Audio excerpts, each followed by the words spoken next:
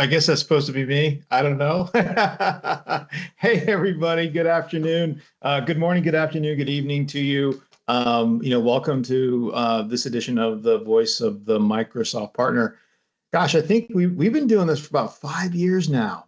It's been crazy. A lot of different things, and we're just really proud to continue this. And today's going to be, I think, a really good afternoon of learning today. And if you've missed it, we'll send out the recording. I did notice a couple things. I've noticed that we got a lot of note takers here, fireflies, and a lot of these things that are coming up.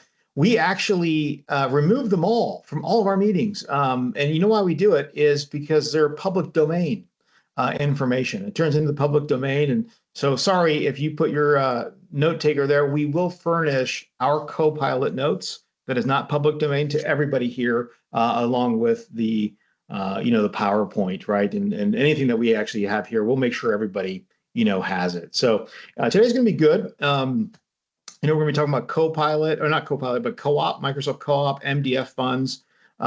We could talk about some other things today as well. I've got two great specialists that are going to be on here. We have Andres Oceguera. He's our director of alliances, partner alliances. And then we also have Josh Rogers, who's going to be on the call as well. And he's our director of business development for TCG, the Crancer Group. I do like the TCG thing. So it's going to be it'd be very interesting. With what we're going to be talking about. We're also going to be giving some updates coming up here. I'm going to actually be handing it over to Andres in just a moment to do three or four updates that you most likely don't know that I do believe you're going to be feeling really great in this, leaving this particular meeting with, right? I think it's going to be really, really good. So we'll be talking about that. So, I think we're going to be, talking about Microsoft partner levels. That's one thing I'm going to get into right away. Microsoft MDF buckets, things that we can actually spend money on. How to find Co-op and Partner Center, and then some important dates. Now, if you don't know how to find Co-op and Partner Center, what I would suggest is that you log into Partner Center, or you ask somebody to join that actually has access to Partner Center, because we're going to actually, later on, we're going to actually walk through the actual steps. There's a lot of different, ways. There's some filters we got to do. We got to click on some certain particular areas. We'll walk you through it. So if you're wondering, whether you have it or you don't have it, you'll be able to kind of leave from this, and like, okay, I do have it. So now the other thing too, and we're gonna talk about this again a little bit later. But let me go into the Microsoft partner levels first, and then I have a bit of an announcement of a new program that we're creating. Just want to let a few more people in. Now, and before I get to this, if you want to put your name and phone number, or not name and phone number, but your name and kind of your contact info, maybe your email, and a little bit about what you do, go ahead and put that into the chat window. I always want to look at this as a way for people to network, with each other, not necessarily for what we're doing. We're also going to have some polls today. So please answer some of those polls. Those I think will be pretty interesting to see what the feedback is. On and then Reva said, and your not your social security number. No, but yeah, if you want to put your name and who you are and a way to network, I'm all for it, right? Next is also please ask questions today. We're going to have a bit of a smaller group. I can already tell, and we're going to have a bit of a smaller group here today, but that's okay because that also allows us to ask questions in the chat window. No problem.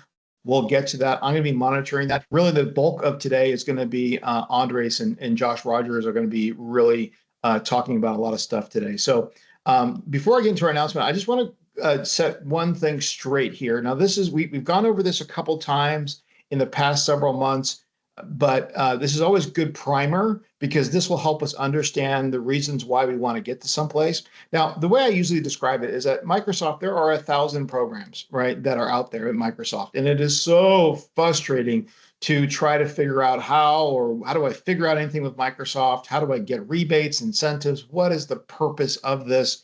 So I just want to clarify a few things really quickly. This will be relevant to what we're talking about. So what are the partner levels at Microsoft? And, since silver and gold are officially over, and many of you, your silver or gold expiration has happened already, and I'm sure there's a small portion of you that are expiring here in the next few months, right? So it's really important to understand what's replaced that and why.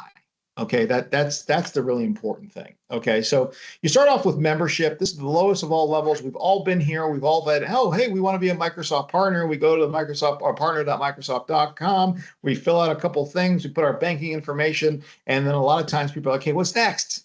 Because Microsoft is so complicated, they don't really tell you what's next. But anyways, that's just the very beginning. But you get access to marketing and some training things. Good. Okay, sounds great. Now, the next level is called partner success, and there's three things here. I think one is you've gotten in, you got your MPN membership, you have bought in one of the small packages, like there's a partner success package, there's a Microsoft Action Pack. So you're getting some free IURs, 5, 10, small, not a whole lot that's available for you, but you have that, right? And then number two, you've aligned with a distributor. Okay, which is Arrow, our most favored nation status, right? If you haven't working with Arrow and you're working with any one of the other ones, you got to work with Arrow. Arrow's the best. Arrow Spear, Arrow everything. We love them. They really do a fantastic job. But you've aligned with a distributor, and now you're getting a small margin on your deals, right? You're getting 15, 16, 20, not 20%, 18% on the margin. It's a discount off of MSRP. Great. But that's all you get. Now, also in the eyes of Microsoft, you're not really a real partner. I mean, you are, but you're not really following all the things to be noticed by Microsoft. Okay, now what's taken over for gold or silver is the solution partner designations, which is very important. Okay, and there's six different areas that you need to focus on. You have to get 70 points in order to get that, and that's a combination of net new ads, right? Certifications, skilling certifications, enablements, which is you're turning on the things, and then overall year-over-year growth. Okay, now the benefit of being the solution partner designation is now that turns on the back-end incentives, which are super awesome, right? And you can get anywhere between 4 to 20% on the back-end incentives, which then starts to become significant. Now, be careful though. It isn't like telecom where you get, let's say, 18% and you're getting it for 3 years. Microsoft loves to move the goalpost, but depending on what they want you to sell, right? So you could be getting 20 this year and next year could be 4. So you've got to be a little careful with that. But also today, what's really good about the solution partner designations is now it's actually opening up some things, like for example, in the Azure one in infrastructure, if you have that, they opened up a couple new, very new options, which are really, really fantastic for solution like assessments, right? Or it's called Azure AMM, right? Azure Modernize and Migrate. And if you do a migration, you can get $5,000 or $10,000 from Microsoft. Bing, bang, boom. What's lovely about it is you don't have to fill out 27 pages in triplicate to get the actual money. If you qualify and the customer qualifies, boom, you get it. But now, really, the solution partner designation, you get the back-end incentives, but you also get internal use rights, right? Which is great, 100 licenses of E3 or E5, depending if you're in security or in Azure and all these different areas. But you get internal use rights, right? And then you start with access to deploying what is called a marketplace offer. Now, let's not kid yourself. The marketplace offer is very important for one particular reason. But if you think you're going to get customers by putting something in the marketplace, I'm going to go ahead and tell you right now, forget about it. Okay, you're not going to get any customers from that. Microsoft is, they don't just, no, it's it's a misnomer, but there's a purpose for that. Now that what then concludes to advanced specialization.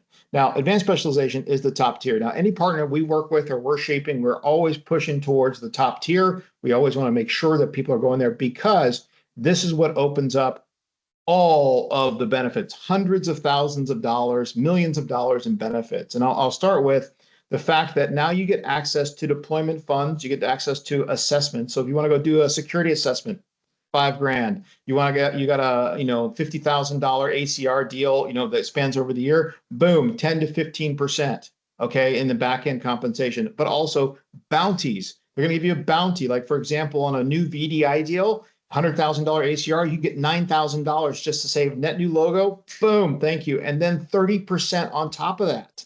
30% on top of that, right, for the ACR. So if you think about it, the difference between being a solution partner and a advanced specialized partner on a $100,000 deal is going to be between $21,000 in incentives as a solution partner, but as an advanced specialized partner, you can get $81,000 in the first year. So I usually tell partners there's 81,000 reasons why you want to get to that advanced specialization. Last thing I want to explain to you as well, and this is really important. Now, many of you may want to work with Microsoft sellers.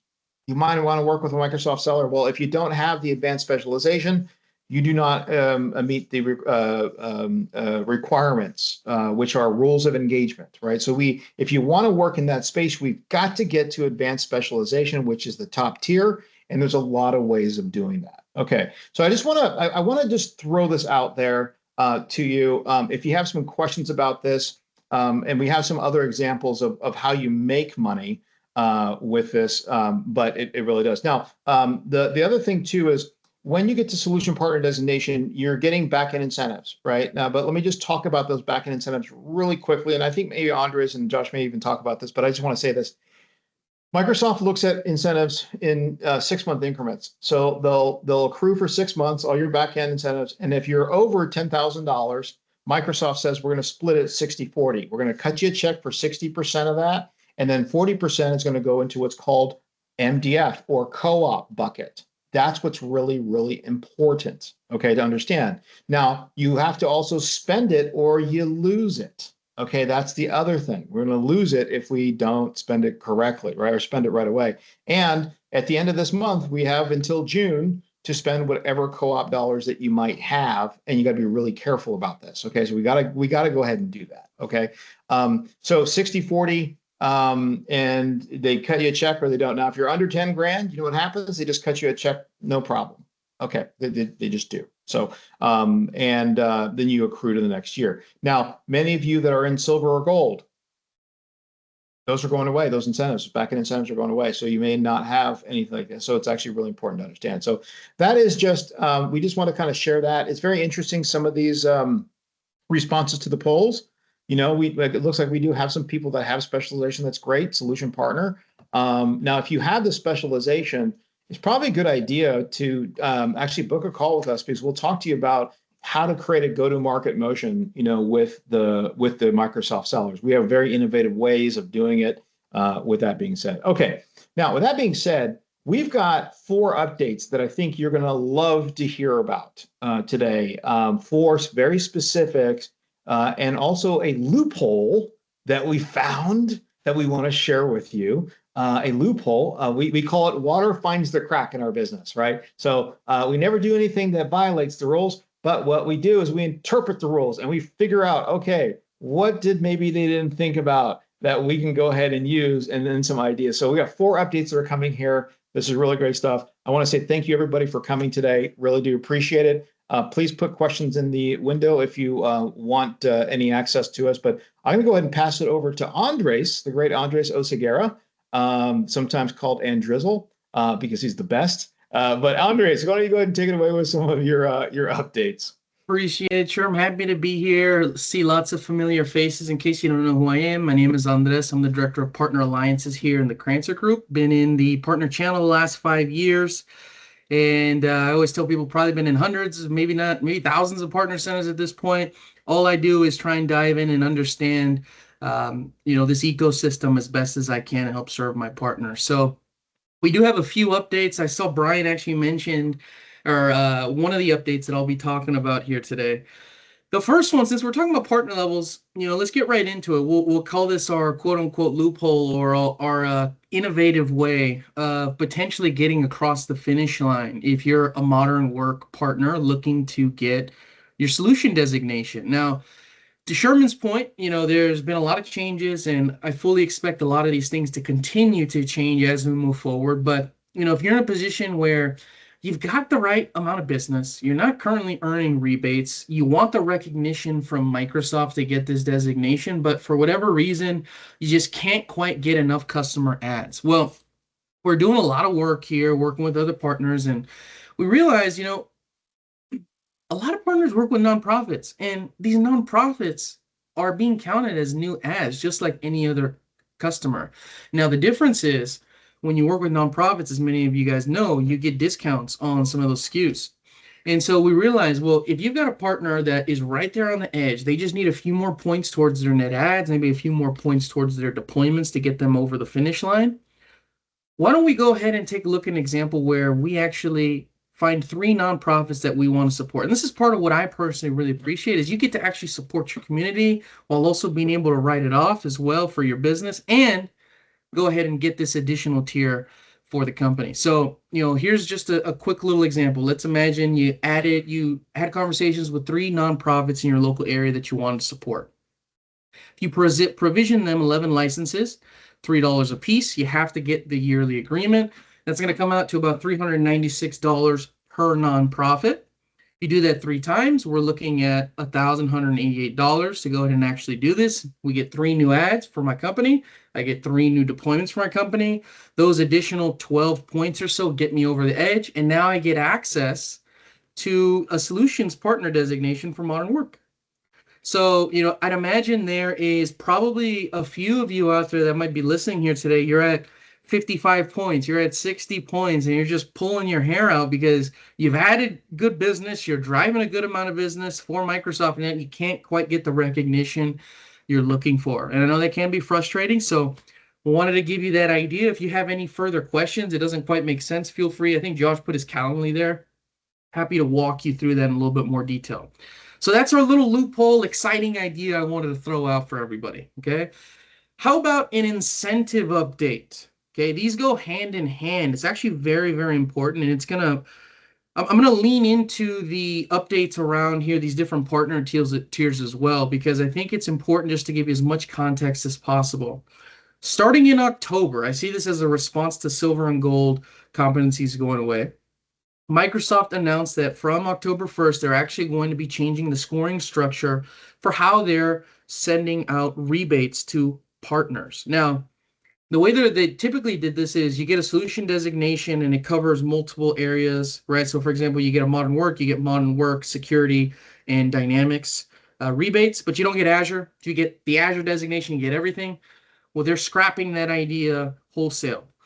What they're doing moving forward from October is they're saying if you have 25 points in a specific area, you will be earning rebates for the customers you're driving. Now, it's going to be a little different because previously with a solution designation, you hit the 70 points, you're good for a year.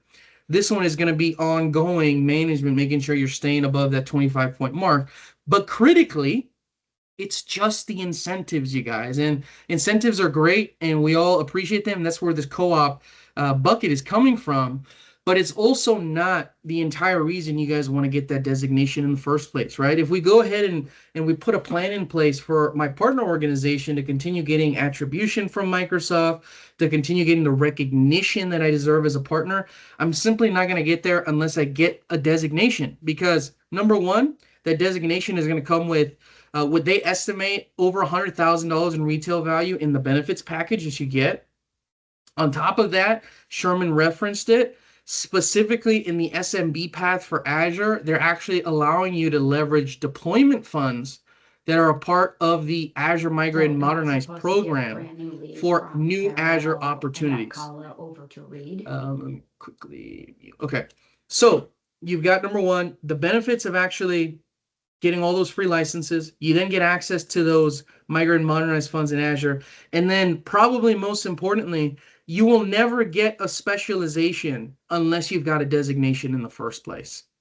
And so I think for a lot of us, again, it's going to be helpful that the bar is being lowered a little bit in terms of earning the rebates, but I just want to reemphasize that that's one piece of the puzzle. And I think we definitely still want to be pushing towards the specialization, but just a heads up for some of us that may have been struggling on that in the past, it's good news for you.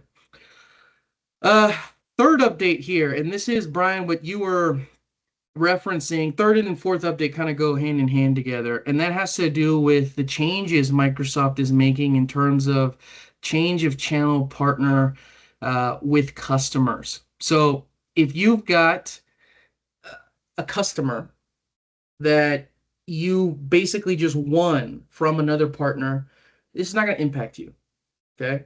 That's fine. As long as they see that there is a natural change from from one partner to another because the other partner, won the deal, no problem. You will still go ahead and earn rebates for that customer. Everything will remain the same.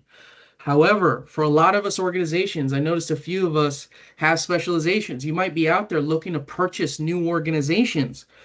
You need to pay attention because what's happening now is if you merge organizations together like a typical acquisition, Microsoft is going to recognize that, say all of these customers that you're moving from partner A to partner B, well, you know what? That's not why we paid out incentives in the first place. And so all of those customers moving forward will no longer be, you won't be earning rebates for any of those customers.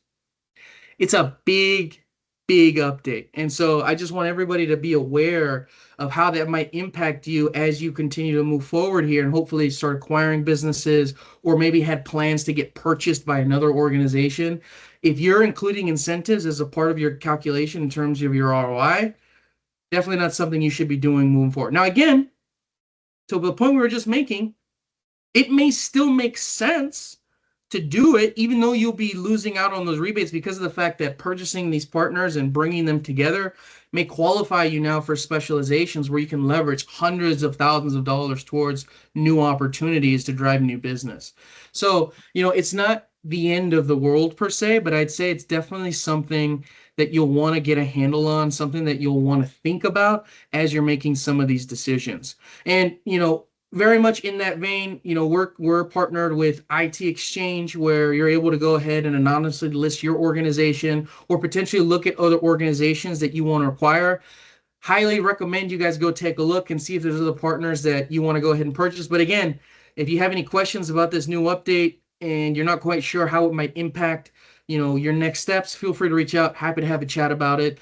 One of the bigger, updates that they've sent out here in quite some time. So hopefully that was enlightening. Hopefully that helped answer some questions. Feel free to drop any more questions in the chat, and we're happy to answer them. So pass it back to you, Sherman. Yeah, and just real quick, we're putting together, and I'm curious. We're going to put a poll up here.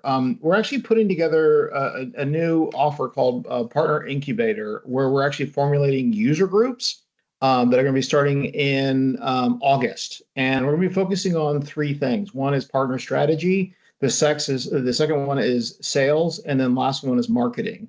So it'll be a combination of things. And what we're trying to do is put five partners that are not geographically located within each other, so it's around dispersed, and put them in a room once a month, and just doing user groups. So just curious if anyone's interested. Please go ahead and answer the poll. Yes, it's interested. We're trying to formulate this whole thing. I think it'll be really, really beneficial for everybody to be involved if you can. So thank you very much. I appreciate that. And let's go ahead and get into it. So back to you, Josh. I'm going to hand it over to you, bud. Awesome. I appreciate it. If we could change the next slide here. One more. Perfect. All right, so it's a pleasure to meet everyone, and happy Friday to everyone here. So I really want to get more to what really co-op is, and co-op is the biggest missed incentive because partners typically didn't know they had rebates or MDF funds amongst MSP partners, some of the ISV, and as well as the dynamic partners when obtaining your solution designations. And in the last 2 years of my experience, it doesn't matter if you're a one-man shop or 150 employees up to 1,000. For those who are in the smaller SMB space, they always come to me and say, hey, I am a small business. I probably don't have any. And turns out because you're very successful at selling to your customers, you only need one or two partners to really obtain that co-op funding. Now, that co-op funding is measured in 3 different categories. It's based on the CSP licensing sold, net new seats and retained seats and monthly recurring revenue, so MRR. It's based as well as on the Azure consumption. So the Azure consumed revenue and growth over time. And then the newest, which is going to bring you the most revenue out of it, is the solution designations and specializations, with the specializations enhancing those back-end rebates. And so the question that'll be asked here is, how are they occurred? So if you look at this, the earning and accrual period, look at FY25 H1, July 2024 through December 2024. We'll use this as an example. So these are the earnings that I kind of mentioned earlier that you would receive between July 2024 and December 24. Now, those funds, after you've incurred those earnings, get released to you starting January 1st, 2025 through June 30th. And do note, we're going to show you how to check for them in the next few slides here, because you only have till June 30th to submit for activities, and you only, or do activities, and you only have until August 15th to submit those in and get them finalized. And usually there's a lot of back and forth in between Microsoft, so we're happy to help and assist you there. Now, not everybody may have co-op. It may be, you need to check it. I encourage you at least every 6 months, either January 1st or maybe July 1st, because it only takes one customer to take this impact. So when I say not everyone may have it, Microsoft has a threshold, meaning if you're $10,000 below on a 60-40 split, so they pay you 60 out, 40% goes to your earnings. If you're below $10,000, Microsoft's just going to pay you the total sum out in the payments column of your earnings. Now, once you exceed $10,000, and we've noticed it's sometimes poorly communicated, hence why we're having this messaging here, is if you don't spend it, like Sherman said, you will lose it, and it will go back to Microsoft. And everybody wants net new business. Everyone wants certs, spiffs, or travel to events, and they cover all those things. So we will continue. If you have any questions, let me know. We'll continue to the next slide. Real quick, Josh, if I could throw something in just for everybody. Yeah, of course. One of the things that we actually do as a part of the auditing that we do for a lot of partner centers is we take a look at just earnings as a whole. Josh referenced it, right? These co-op dollars are coming from your overall incentive dollars that you're earning from Microsoft, 40% of that entire bucket. What I encourage every partner that I work with to do is to dive into the actual data and get a better feel for where you're earning your dollars from. And the reason this matters is some partners will tell me, yeah, I have access to Azure rebates. And then I go into their earnings and I break it down. If you look at your overall, there's a section in the middle. It says by lever. That's a very, very useful piece of the earnings dashboard because it actually breaks down your earnings into the specific buckets that you're earning from. So for example, you've got your baseline incentive, that 3.75-4% rebate, but then you've also got your accelerators, maybe for business premium, for E3 or E5, for a new customer ad scenario. And so this will help you not only understand, okay, where am I earning this from? What workloads? Is it modern work? Is it biz apps? Is it security or Azure? And then also specifically inside of those different workloads, what areas am I getting credit for? Because what you'll notice is if you're pushing a lot of business premium, a lot of E5 SKUs, a lot of Teams phone SKUs, those typically come with very healthy back-end residuals. So just want to throw that little nugget out there. If you haven't taken a look and actually, digested the exact programs you're earning from, I would highly, highly suggest it. So sorry, go ahead, Josh, back to you. Yeah, of course. So Andres, I appreciate that. So we'll continue to slide 8. And I want to put a poll question up on slide 8 is, how many of you know how to check for your co-op? And if you don't, that's completely okay, because what we're going to do between slide 8 and 9 is show you a few ways and examples on how to do that exactly. So the best way, I'm going to put a link in the chat for you, and I encourage everyone to archive this link because this link you can check every 6 months, is the easiest way to check it. So you could do it through a few routes here, and I can show you on slide 8 how we can do that. So we can continue to the next slide. So there's 2 ways you could do it. The first way is you can click my partner link here, and of course, don't stress out if it says $0. There's going to be 3 different drop-down menus. In the first drop-down menu, make sure you select your proper MPN ID. The second one is the most important, and you need to select Cloud Solutions Provider. It's going to say Hosting Co-op, just ignore it, and scroll down to Cloud Solutions Provider for me.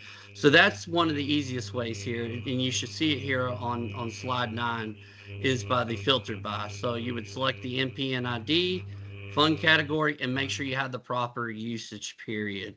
So if it does say $0, it's either two things. Either A, you don't have your extended legacy silver gold or your solution designation, or B, you just haven't hit that 10K threshold, and that's completely okay. So, and then the second way you can look for it is simply clicking the home, click incentives, and then you would simply click the program view, and then it would properly pull it up from there. So that's two easy methods. Again, the link is always the easiest method, and I encourage everybody to utilize that. And I'll give a little more context here as well, Josh, just because I think, you referenced at the beginning, why is this one of the most underutilized programs? It's because it's complicated sometimes, even I understand what you earned, right? This is part of the reason I was encouraging everybody, take a look at your earnings and break down. You can actually filter by just co-op. And this is what I've actually done for several partners in the past and identified an extra $5,000, $6,000, $7,000 in rebates because some of those incentive dollars actually moved to a different program that wasn't readily available on the first check, right? Because what you'll notice here in these three different drop downs, what are they? That first drop down where it says location, you might have 5, 6, 7, 8 different partner organizations underneath your primary MPN. And so what you're going to have to do is you're going to want to make sure you check every single one of those inside of all of these different programs, because that second drop down fund category is the different programs that you would be earning rebates for. Vast majority are typically under cloud solution provider, right? These are all of your typical Azure, modern work, security, biz apps rebates. But there's also a couple others that are a little different there. So for example, one of them that's the typical baseline is hosting co-op. A lot of people don't know what that is. Microsoft has a hosting incentive for Azure, and all of those rebates go only to that specific dropdown. So if you never select it, you'll never see you even have those dollars. For other partners, you might be very invested in selling Surface devices. If that's the case, there's also Surface rebates that go into some of the other fund categories in there. So again, I would highly suggest take a look, take the 20, 30 minutes or have us do that for you to actually check every single one, because you'd be surprised. I mean, I've found 20, 30, 40, $50,000 extra people were completely oblivious to in the past just because they didn't check. And so again, I'm just encouraging you, take a look at your earnings, break everything down, know where every dollar, every cent's going, because it's your money. You earned that money. You drove that business. You might as well leverage it to its fullest extent. So sorry for rambling. I'll pass it back to you, Josh. Of course. So we can go into slide 10, and this is the structure that I'll more explain, what we call the digital marketing guidance. So this is the structure that Microsoft puts in place on how to implement those for co-op dollars. So I'm going to put another poll in the chat.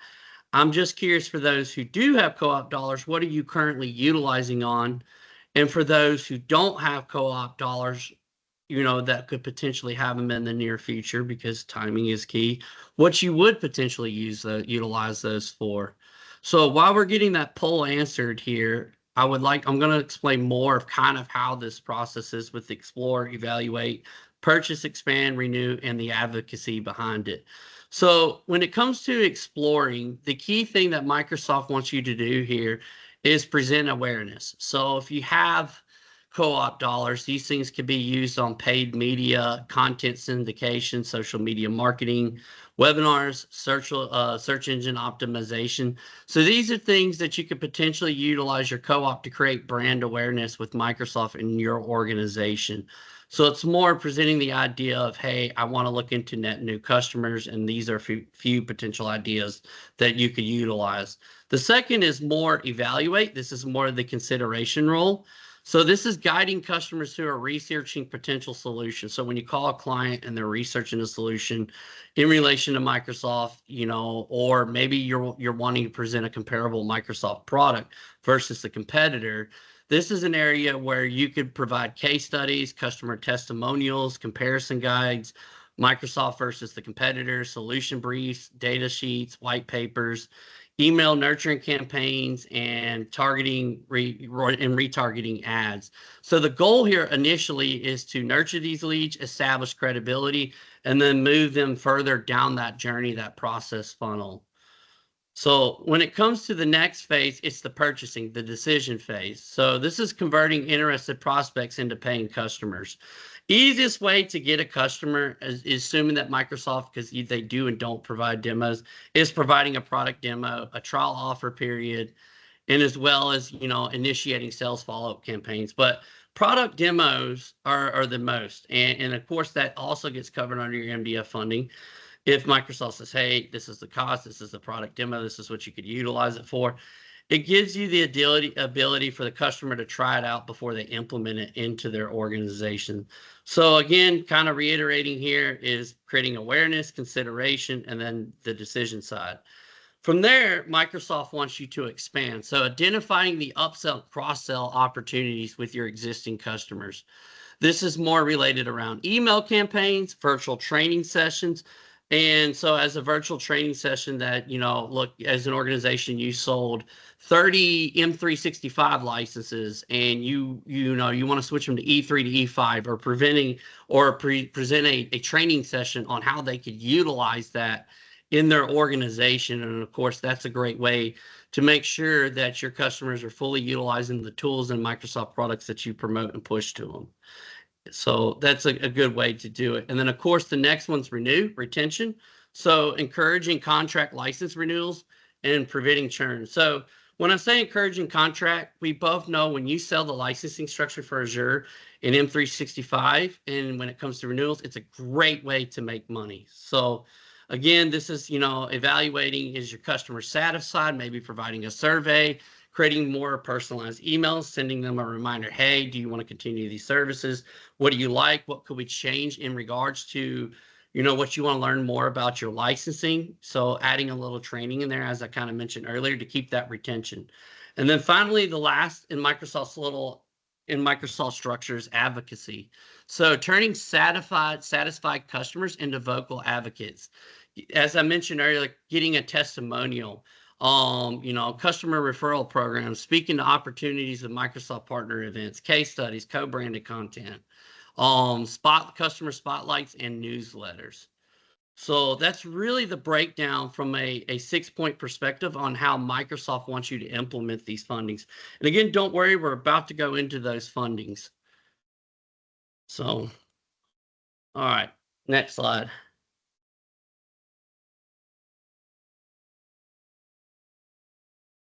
So I'm going to break it down, just a few good examples, the 3 primary examples that you could utilize these for. And that, again, is partner skilling, demand generation, and marketing development.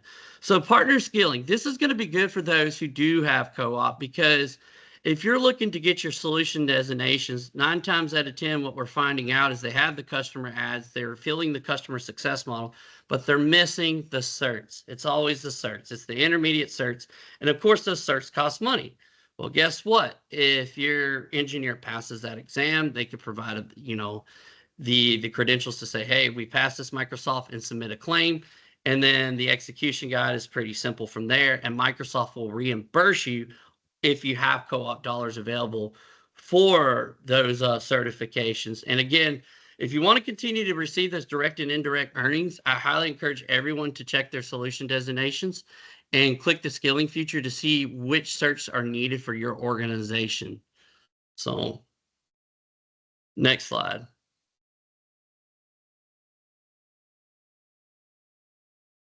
So this, again, what I reiterated earlier, is the more Microsoft exams and tuition. Go ahead. Josh, we had a question actually from Brian, and this is good to just kind of read out. So, Brian mentioned, well, we work with a lot of partners, but we may not be selling the licensing. Like, oh gosh, right? We're not selling the licensing, but and 2 things I just want to just address really quickly. If you're not selling licensing, then your direct path is you want to make sure that you're getting what's called CPOR, which is partner of record. You want to be getting the attribution for the stuff that you're influencing, right? That you're working on, right? So when you get CPOR or the partner admin link for Azure, so those are the 2 big things. But what a really good opportunity, I think, is, especially for organizations, Brian, it seems like you're in that upper echelon, as Microsoft came out with this thing that says, hey, all enterprise agreements from 500 seats up to 2,500 seats are no longer going to be able to be renewed okay, unless they have a support agreement on it. If they have a support agreement, it's going to get renewed. Okay, it just is. But what Microsoft is actually doing is saying they're pushing that now to CSP. So there's an opportunity, I think, a real big opportunity for clients like yourself, Brian, that to get that revenue. Now, I will tell you, the companies that were providing those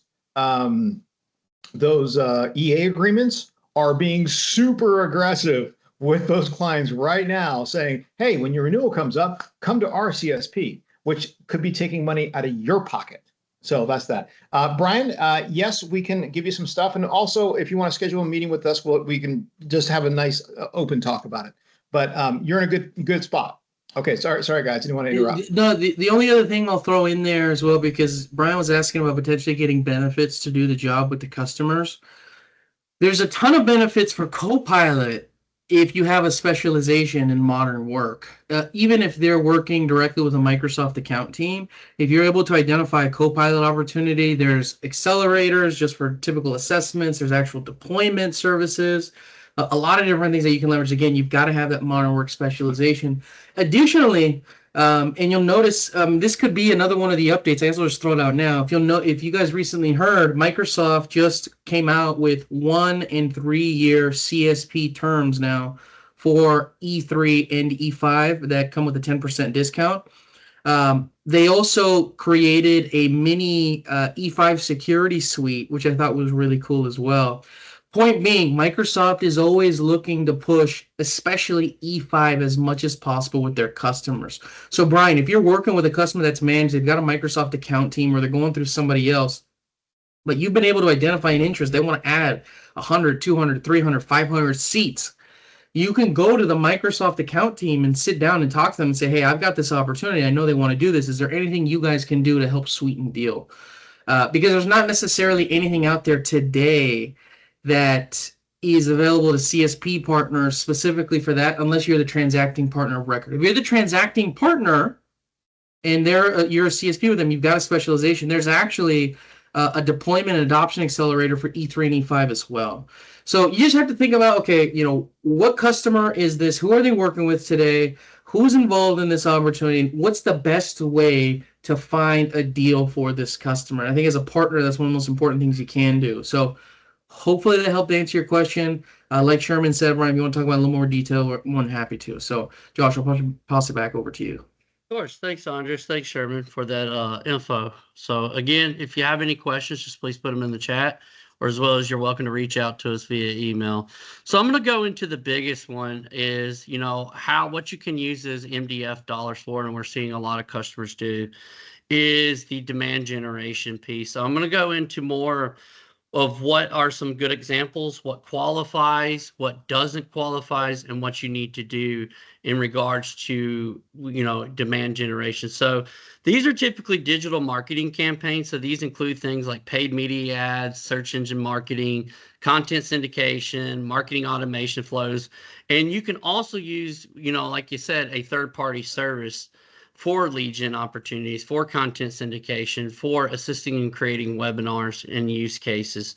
So those are just some of the examples. Some of the biggest things is that we're seeing a slower marketing trend, but continuous partners are doing, and make sure they're Microsoft related, is the events, in-house events, and webinars. So this is more, it could be virtual or in person, but it has to be Microsoft solution based. So this could be, partner hosted workshops, such as Microsoft security workshops, to industry specific webinars, such as, healthcare, as well as maybe the distribution industry or manufacturing industry. So some of the requirements, it must be educational. It cannot be a sales pitch in order to sell. Of course, we would love to do that.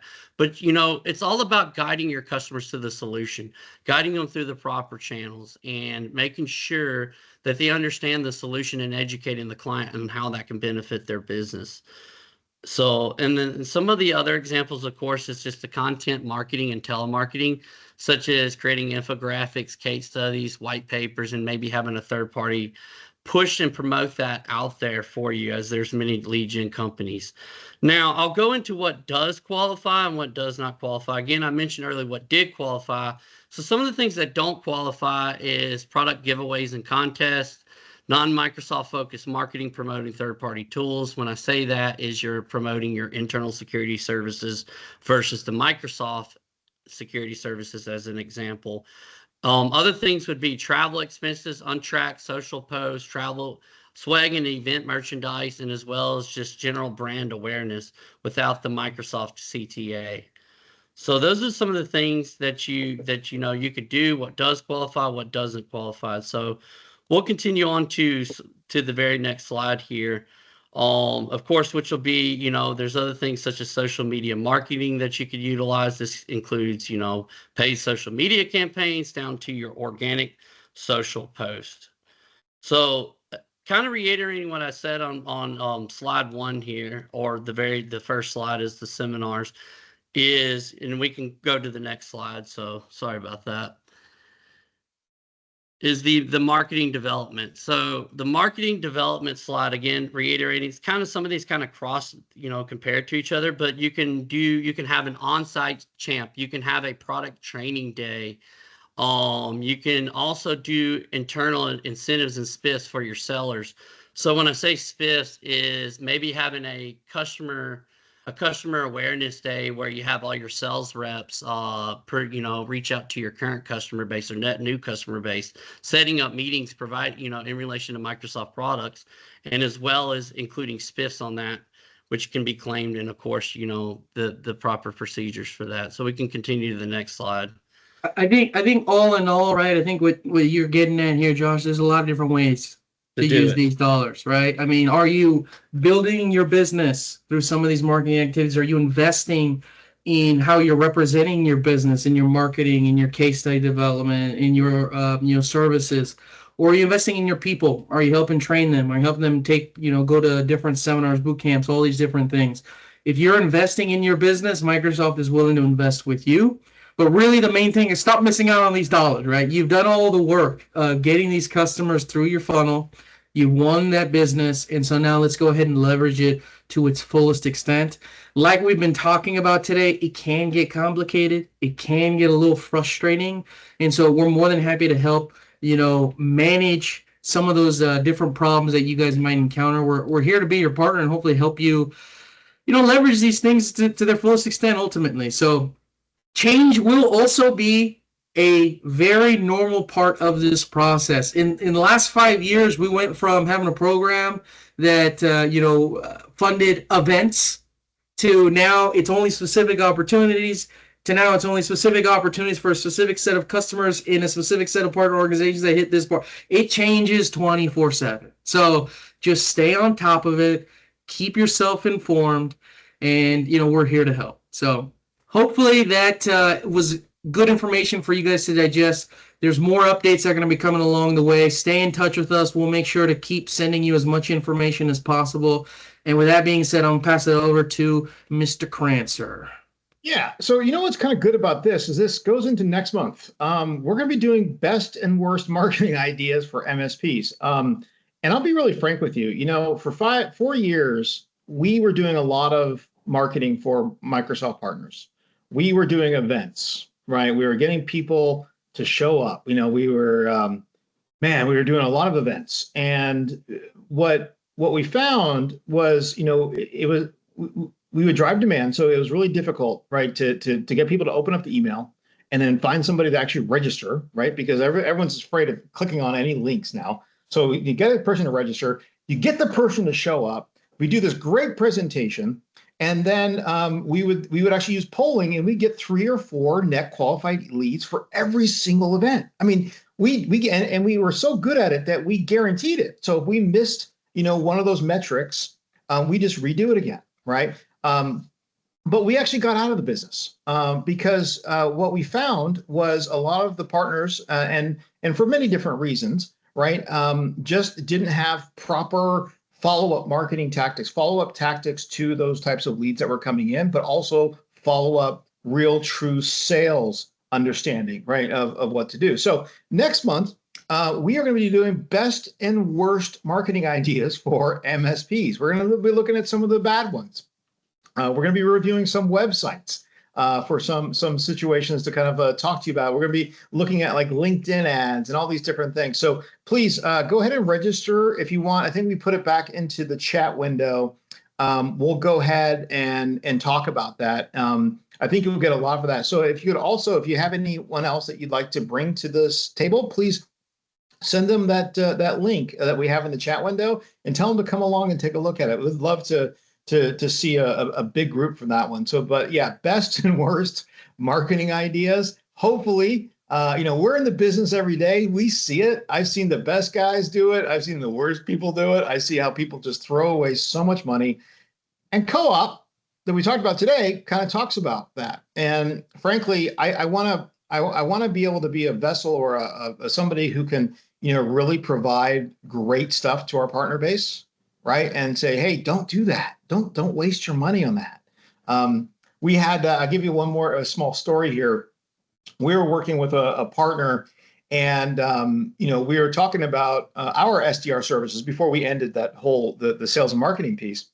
And they said, "Well, I got a brand new salesperson," and they came on. The brand new salesperson came on, and so I was listening. I go, "Okay, what are you going to be doing, right?"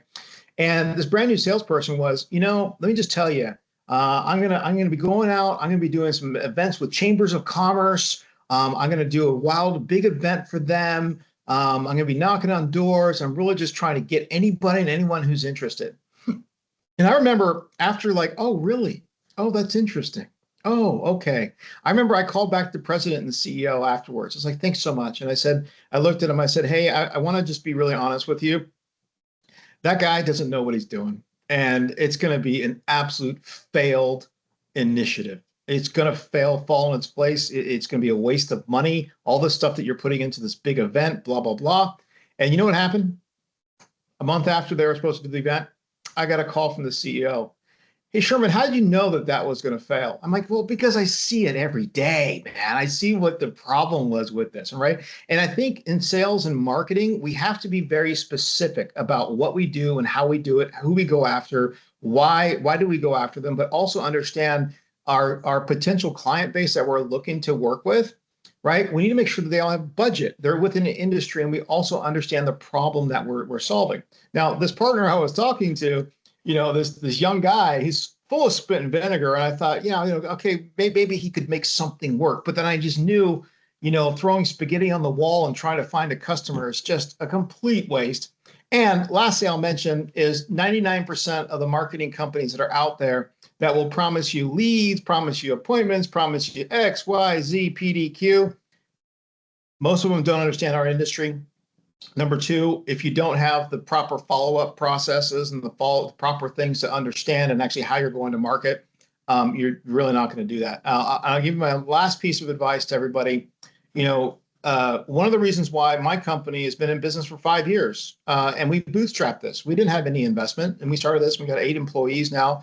The reason is because we found a problem that we could solve, and there's an interest, there's a need, right? We found this problem that is pervasive across an industry, okay, which is what? Working with Microsoft, because it's so damn complicated, right? Okay, so we figured it out. But I think that's one of the things, a good takeaway from today that you can take going into this next month and coming back to our next session is, if you're going to market, what are you doing that's solving problems? What problem are you solving inside of an industry? And if you're not, okay, well, then how do you figure that out? Well, it's actually quite simple, okay? It's very simple to figure out what problems you are because you're already doing it, but you may not be noticing it. Is go to your engineers and say, okay, what are our top 30 accounts? What industry are they in? And by the way, engineers, what do we solve? What is repeatable? What are we doing that's repeatable? Boom, you got some information and then kind of go from that. But marketing and sales and growth is really about for net new customer acquisition. I'm not talking about referral based. But for net new customer acquisition, it's really about how do we solve a problem? How do we know what the problem is, right? That is pervasive, that is really, that people want to figure out that what is the solution to that? And if you have a solution and you are methodical about it, that's what will really turn up, the sales and marketing. Anyways, that's just my little soapbox because I'm in it every single day. I'm sorry if I'm pontificating here. I'm giving you these things, but I'm very passionate about it because I'm passionate about our partners. I'm passionate about, you guys and being successful in what you do, and stop wasting the money. Stop giving it back to Microsoft. Stop the madness. Okay. Stop the madness. Remember, I think Susan Powder used to say that stuff. That was terrible, right? Terrible reference. Anyways, thank you, Andres. Thank you, Josh. Thank you, everybody, for coming today. Thank you for doing the polls. Really do appreciate it. Short week. Thanks again. We look forward to next month, and have a great afternoon, a great evening. We'll send everybody the notes for this, as well as the copy of the recording. So thanks again for coming. Thank you, Andres, again. Thank you, Josh. Have a great afternoon. Have a great weekend, everybody. Take care. We're here if you need us.